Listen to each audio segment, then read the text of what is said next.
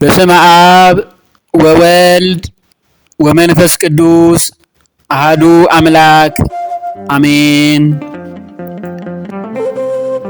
የክርስቶስ ቤተሰቦች በጌታዬ በኢየሱስ ክርስቶስ ፍጹም ሰላም የአክብሮት ሰላምታዬን እያቀረብኩላችሁ ባለፈው ከቀጠልነው ካቆምንበት ትምህርት እንቀጥላለን። አሁን ዛሬ የምንማረው ቁጥር 4 ትምህርታችንን ይሆናል ማለት ነው። ቁጥር 3 ላይ የነበረውን የምንማረው ያው ልዑል ማደሪያውን ቀደሰ ነው። እመቤታችን ቅድስት ድንግል ማርያም ንጽሕተ ንጹሐን ናት፣ ቅድስተ ቅዱሳን ናት የምንለው መጽሐፍ ቅዱስ እንዲህ አበጥረን የኦርቶዶክስ ተዋህዶ ልጆች መጽሐፍ ቅዱስንም አያውቁም የሚባለውን ግምት ስህተት እንደሆነ በመረዳት ሁላችሁም መጽሐፍ ቅዱስን እየገለጣችሁ እኔ እያነበብኩ ያለሁት የ1980 ዓመተ ምህረት እንደ ኢትዮጵያ አቆጣጠር ያለውን በአባ ተክለ ሃይማኖት ዘመን ፓትርያርክ የተጻፈውን የታተመውን መጽሐፍ ነውና እናንተም ይህን መጽሐፍ እየፈለጋችሁ አጥርቶ በጉልህ የሚያሳየን እርሱ ስለሆነ ማለት ነው። ያሁኑ ረቂቅ ነው ጽሑፉም ብቻ ብዙ ነገር አለው። በዚህም ወደፊት እንነጋገርበታለን። መልካም ካለፈው ያቆምነው ቁጥር 3ን በእምነታችን የማይመስሉን ወገኖቻችን ማርያም ኢየሱስ ክርስቶስን ከወለደች በኋላ ሌሎች ልጆችን ወልዳለች በማለት በመጽሐፍ ቅዱስ እንደ ማስረጃ የሚጠቅሱትን ጥቅስ በዋናነት ይጠቅሳሉ። ይህም ማቴዎስ ወንጌል ምዕራፍ 1 ቁጥር 25ን፣ ማቴዎስ ወንጌል ምዕራፍ 12 ቁጥር 46 እስከ 50ን፣ ማቴዎስ ወንጌል ምዕራፍ 13 ከቁጥር 53 እስከ 58 ያለውን ነው። ይህንን ነው የምናየው። በቅድሚያ በማቴዎስ ወንጌል ምዕራፍ 1 ቁጥር 25 ላይ ያለውን የቅዱስ ወንጌል ክፍል እንመልከት። የበኩር ልጇን እስክትወልድ ድረስ አላወቃትም፣ ስሙንም ኢየሱስ አለው ይላል። ይህን ትምህርት ቃል በቃል ከማየታችን በፊት ከማስረጃ ጋር ነው የምንማረው። የበኩር ልጇን ሲል በኩር መሆን የግድ ተከታይ ላለው ብቻ የምንጠቀምበት ቃላት አይደለም። አሁን በኩር ስለተባለ ኢየሱስ ክርስቶስን የተከተሉት ልጆች አሉ ብለው ይናገራሉ። ስህተት። ቀዳሚና ተከታይ ለሌለው የምንጠቀምበት መሆኑንም ቅዱስ መጽሐፍ ያስተምረናል። ይህንን ከቅዱስ ወንጌል ከመጽሐፍ ቅዱስ እንመልከት። ኦሪት ዘጸአት ምዕራፍ 13 ከቁጥር 1 እስከ 2 ላይ እንዲህ ይላል። እግዚአብሔርም ሙሴን እንዲህ ብሎ ተናገረው፣ በእስራኤል ልጆች ዘንድ ከሰውም ከእንስሳትም ማኅፀንን የሚከፍት በኩር ሁሉ ለእኔ ቀድስልኝ የኔ ነው አለ።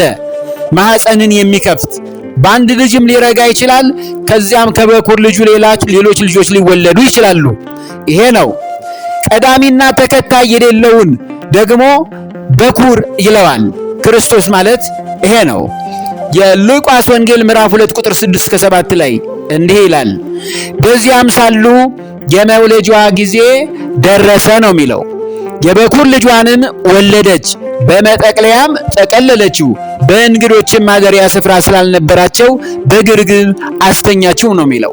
የበኩር ልጇን ስላለ እርሱ በኩር ሆኖ ሌላ ተከታይ አለ ማለት አይደለም። እመጣበታለሁ ቅዱስ ጳውሎስ እንዴት እንዳስተማረ።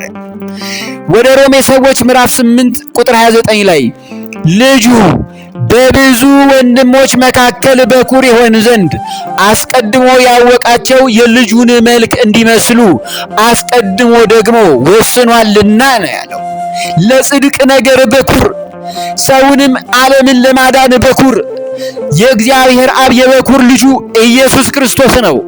የማይበልጠው የማያንሰው፣ መቅደም መቀዳደም፣ ማነስ መተናነስ፣ መብለጥ መበላለጥ፣ መከተል መከታተል በሌለበት ጥበብ የተወለደው ከአባቱ ከእግዚአብሔር አብ እኛን ለማዳን ከድንግል ማርያም በኩር ሆኖ የተወለደው ኢየሱስ ክርስቶስ ተከታይ የለውም። ይህንን ነው ማወቅ ያለባችሁ።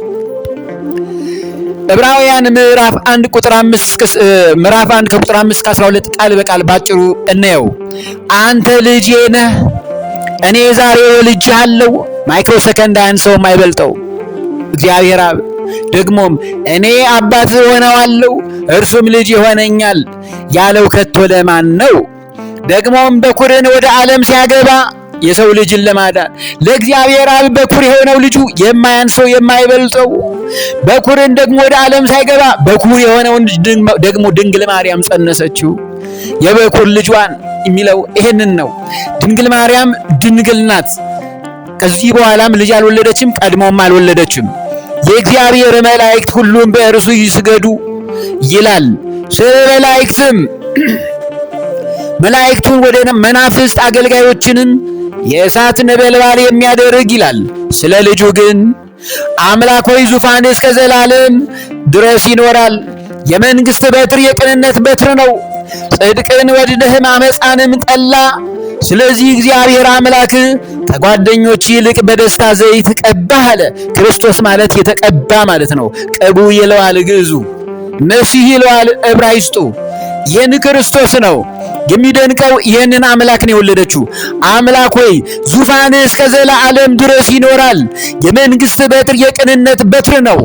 ይህንን የተወለደበትን ሰው ገብቶበታል ብሎ ማለት በራሱ ክርስቶስን መናቅ ነው። ወደ ልቦናችሁ ተመለሱ። ከጓደኞች ይልቅ በደስታ ዘይት ቀባህ ይላል። ደግሞ ጌታ ሆይ አንተ ከጥንት ምድርን መሰረትክ፣ ሰማዮችም የእጆች ሥራ ናቸው። እነርሱም ይጠፋሉ፣ አንተ ግን ጸንተህ ትኖራለህ። ሁሉም እንደ ልብስ ያረጃሉ፣ እንደ መጎናጸፊያም ትጠቀልላቸዋለህ፣ ይለወጡማል። አንተ ግን አንተ ነህ። ይሄ ነው። ዓመቶችህም ከቶ አያልቅም ይላል። ይህን በኩር ነው ድንግል ማርያም የወለደችው። ልዑል ማደሪያውን ቀደሰ። ስለዚህ ይህንን ኃያሉን አምላክ የሰማይ የምድሩን ጌታ ፈጣሪ ኢየሱስ ክርስቶስን የወለደችው ቅድስት ድንግል ማርያም ናት። ልዑል ማደሪያውን ቀደሰ ያለው አስቀድሞ ነቢየ እግዚአብሔር ቅዱስ ዳዊት ድንግል ማርያምን ንጽሕናዋን፣ ቅድስናዋን፣ ልዕልናዋን፣ ክብሯን እየገለጠልን ነው። ይህንን ሳንመሰክር ብናልፈው በራሱ ስህተት ነው፣ ድካም ነው። ደካሞች ነን ማለት ነው። አላስተዋልንም ማለት ነው። የክርስቶስ ፍቅሩ ገና አልገባንም ማለት ነው። ይህንን ነው መረዳት ያለባችሁ ክርስቲያኖች። ይህን ካላወቅን እንዴት ክርስቲያን እንሆናለን? እስቲ ልጇን እስክትወልድ ድረስ ለሚለው እስክትወልድ ለሚለው ደግሞ ማስረጃ እስቲ እስከ የሚለውን ቃል ፍጻሜ ላለውና ዘላለማዊ ለሆነና ለጊዜው ለሆነ እስቲ እንተርጉመው ለሚለው የመጽሐፍ ቅዱስ ማስረጃ እስከ አያያዥ ቃላት ፍጻሜ ላለውና ፍጻሜ ለሌለው እንደሚጠቀምበት መጽሐፍ ቅዱስ እንመልከት። ማስረጃ ሁለተኛ ሳሙኤል ምዕራፍ 6 ቁጥር 23 ላይ የሳኦልም ልጅ ሜልኮል እስከ ሞተችበት ድረስ ልጅ አልወለደችም ይላል። ሜልኮል ከሞተች በኋላ ወለደች ማለት ነው። እስከ ዘላለም ማለት ነው። ይሄ ነው። እስክትወልድ ድረስ ግን ከወለደች በኋላ ይሄ ለጊዜው ነው። እስክትወልድ ድረስ አላወቃትም። ከወለደች በኋላ ግን አወቃት ማለት የክርስቶስን ትንቢቱ የተነገረላት እርሱን የምትወልድ እናት መሆኗን ተረዳ ማለት ነው። ሌላ ነገር አይደለም። አወቀ የሚለውንም እመጣበታለሁ። ይሄ ነው አንዱ ማስረጃ። ሌላው ማቴዎስ ወንጌል ምዕራፍ 28 ቁጥር 20 ነው።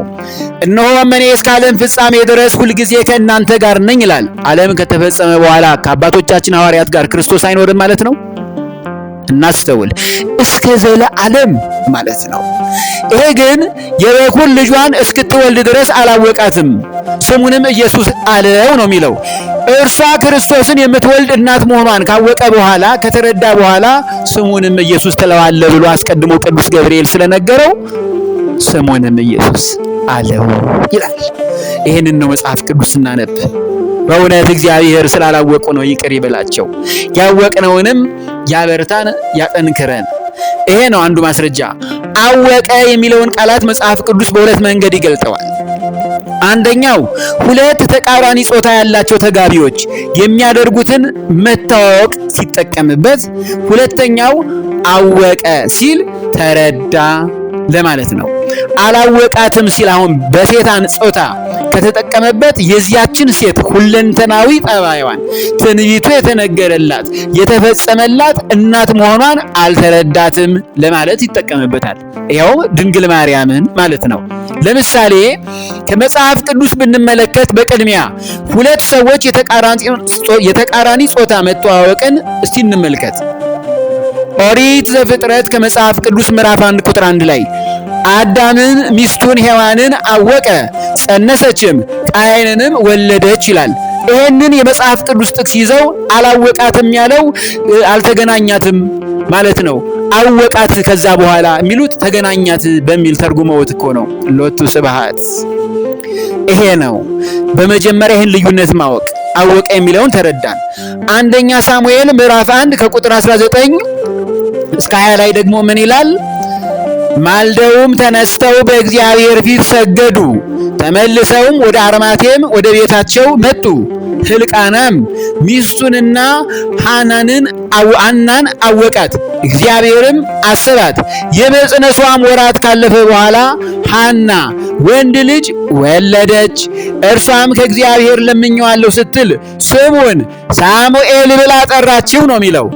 ሕልቃና ባሏ ሐናን አወቃት ማለት ግብረ ስጋን ፈጸሙ፣ ትዳሯ ባሏ ስለሆነ ይሄንን ነው የሚተረጉሙት። ይሄ በዚህ መንገድ ነው መጽሐፍ ቅዱሱ በጨዋ ደንብ የገለጠው። አላወቃትም ስለሚለው ማስረጃ ኦሪት ዘፍጥረት ምዕራፍ 42 ከቁጥር 6 እስከ 8 ለመረዳት መሆኑን ደግሞ እንይ። ኦሪት ዘፍጥረት ምዕራፍ 42 ከቁጥር 6 እስከ 8 ላይ ደግሞ እንዲህ ይላል። ዮሴፍም ወንድሞቹን አይቶ አወቃቸው። ይሄ ማለት ምን ማለት ነው? ተረዳቸው፣ አስተዋላቸው፣ ተለወጠባቸውም፣ ክፉ ቃልንም ተናገራቸው። እናንተ ከወዴት መጣችሁ አላቸው። እነርሱም ከከነዓን ምድር እህል ልንሸምት የመጣን ነን አሉት። ዮሴፍም ወንድሞቹን አወቃቸው፣ እነርሱ ግን አላወቁትም ማለት ነው። ይሄ በመጽሐፍ ቅዱስ ማቴዎስ ወንጌል ምዕራፍ 1 ቁጥር 26 ላይ የተጠቀሰው ትምህርት ይህን ነው የሚነግረን። ይህንን ማወቅ አለብን። በእውነት በጣም ያሳዝናል። የበኩር ልጇን እስክትወልድ ድረስ አላወቃትም፣ ስሙንም ኢየሱስ አለው የሚለው ዮሴፍ ወንድሞቹን አውቋቸዋል፣ እነሱ ግን አላወቁትም። አልተረዳትም ነበር ጻድቁ ዮሴፍ ማለት ነው። በዚህኛው ትርጉም ነው ይሄኛው ቃል የሚታየው። ባወቀ አዳምና ሔዋን አዳም ሔዋን ሚስቱን ባሏን አዳም ሚስቱን ሔዋንን አወቃት ማለት አይነት ትርጉም አይደለም። ይሄን ነው መረዳት ያለብን። ጥሩ ነው። ሌላው ማስረጃ የሚሆነን ትንቢተ ኢሳይያስ ምዕራፍ 1 ቁጥር 3 ነው። በሬ የገዢውን አህያም የጌታውን ጋጣ አወቀ፣ እስራኤል ግን አላወቀም ማለት እነዚህ እንስሶቹ ክርስቶስ ማን እንደሆነ አውቀዋል። እስራኤል የተባለው ሕዝበ እግዚአብሔር ማለት ነው። ብዙዎች የእግዚአብሔር ክርስቶስን ይህን ዓለም ሊያድን የመጣ አምላክ መሆኑን ሕዝበ ክርስቲያኑ አላስተዋሉም፣ አላወቁም አለ። ጻድቁ ዮሴፍም ትንቢቱ የተነገረላት ድንግል ማርያም ልጇ ነው እንደምትወልደው እርሷ መሆኗን አላወቀም። ሲያውቅ ግን ኢየሱስ አለው። እንዴት አወቀ ነው። በጣም ድንቅ ትምህርት ይሄ ነው። ጻድቁ ዮሴፍ እንዴት ድንግል ማርያምን በሚገባ ተረዳት። ሌላው የዮሐንስ ወንጌል ምዕራፍ 2 ቁጥር 9 ነው የምናየው። የዮሐንስ ወንጌል ምዕራፍ 2 ቁጥር 9 ላይ አሳዳሪውም የወይን ጠጅ የሆነ ውሃ በቀመሰ ጊዜ ከወዴት እንደመጣ አላወቀም፣ ውሃውን የቀዱት አገልጋዮች ግን ያውቁ ነበር ይላል። የወይን ጠጁን ክርስቶስ ውሃውን የድንጋይ ጋኖቹን 6ቱን የድንጋይ ጋኖች ውሃ ሙሏቸው ብሏቸው አሳዳሪው ሳያይ እነዚህ አገልጋዮች ሞልተዋቸዋል።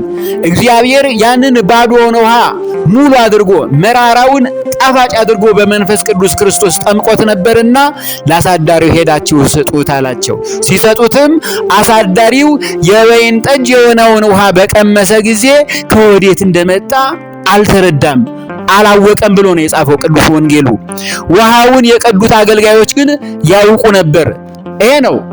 ዛሬም ውሃው ክርስቶስንና ቃሉን ሚስጥሩን የሚያውቁ ወገኖች ብዙ ሊቃውንትና መምህራን ለኛ ክርስቲያኖች በሚገባ ትምህርቱን እንዲህ መጽሐፍ ቅዱስ እየጠቀሱ ያስተምሩናል። ብዙዎች አሳዳሪዎች ግን ይህ ውሃ ከየት እንደመጣ አያውቁም ነበር ነው።